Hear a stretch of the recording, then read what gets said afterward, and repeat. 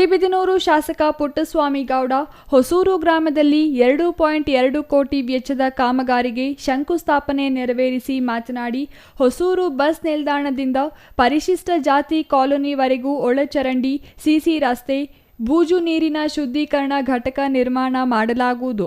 ಇದು ಬಹುದಿನಗಳಿಂದ ಈ ಗ್ರಾಮದ ಒತ್ತಾಸೆಯಾಗಿತ್ತು. ಈ ರಸ್ತೆಯಲ್ಲಿ ಓಡಾಡಲು ಆಗುತ್ತಿಲ್ಲ. ರಸ್ತೆ ಒತ್ತುವರಿ ಆಗದೆ ವಾಹನ ಓಡಾಟಕ್ಕೆ ತೊಂದರೆ ಎಂದು ಗ್ರಾಮಸ್ಥರು ಬೇಡಿಕೆ ಇಟ್ಟಿದ್ದರು. ಅದು ಇಂದು ನೆರವೇರಿಸಲಾಗಿದೆ ಎಂದರು. ಅದನ್ನ ಟ್ರೀಟ್ಮೆಂಟ್ ಪ್ಲಾಂಟ್ ಸಂಬಂಧಪಟ್ಟಂತ ಒಂದು ಫಿಟ್ಟು ಯಾವುದು ಇದನ್ನಲ್ಲ ಸರ್, ಬೂದು ನೀರು ನಿರ್ವಹಣಾ ಅಷ್ಟೇ ವ್ಯವಸ್ಥೆ ಅದರಲ್ಲಿ ಎಲ್ಲ ಬರ್ತದೆ. ಹಾಗೇನೆ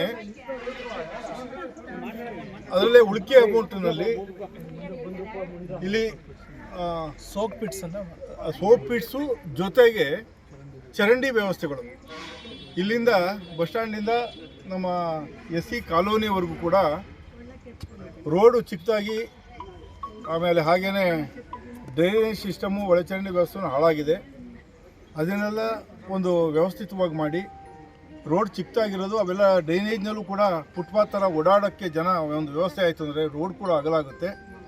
ಒಳಚರಂಡಿ ವ್ಯವಸ್ಥೆನೂ ಕೂಡ ಮಾಡಿ ಅನಂತರ ಅದನ್ನು ಒಂದು ರೋಡ್ ಕಾಂಕ್ರೀಟ್ ರೋಡು ಅದನ್ನು ಮಾಡುವಂಥ ಒಂದು ವ್ಯವಸ್ಥೆ ಮಾಡ್ಕೊತಾ ಇದ್ದೀವಿ. ಎಲ್ಲ ಸೇರಿದರೆ ಸುಮಾರು 2.25 ಕೋಟಿ ಹತ್ತಿರ 2 ಕೋಟಿ 20 ಲಕ್ಷ 2 ಕೋಟಿ 10 ಲಕ್ಷ ಬರ್ತದೆ.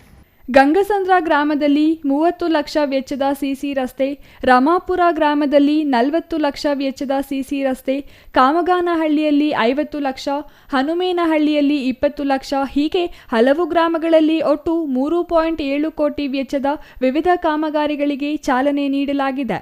ಸಣ್ಣ ನೀರಾವರಿ, ಮಕ್ಕಳ ಮತ್ತು ಮಹಿಳಾ ಇಲಾಖೆ, ನರೇಗಾ ಯೋಜನೆಯಲ್ಲಿ ಈ ಕಾಮಗಾರಿ ನಡೆಯಲಿದೆ ಎಂದರು. ರಸ್ತೆಗಳ ಅಭಿವೃದ್ಧಿ, ಕುಡಿಯುವ ನೀರಿಗೆ ಹೆಚ್ಚು ಆದ್ಯತೆ ನೀಡಲಾಗುವುದೆಂದರು.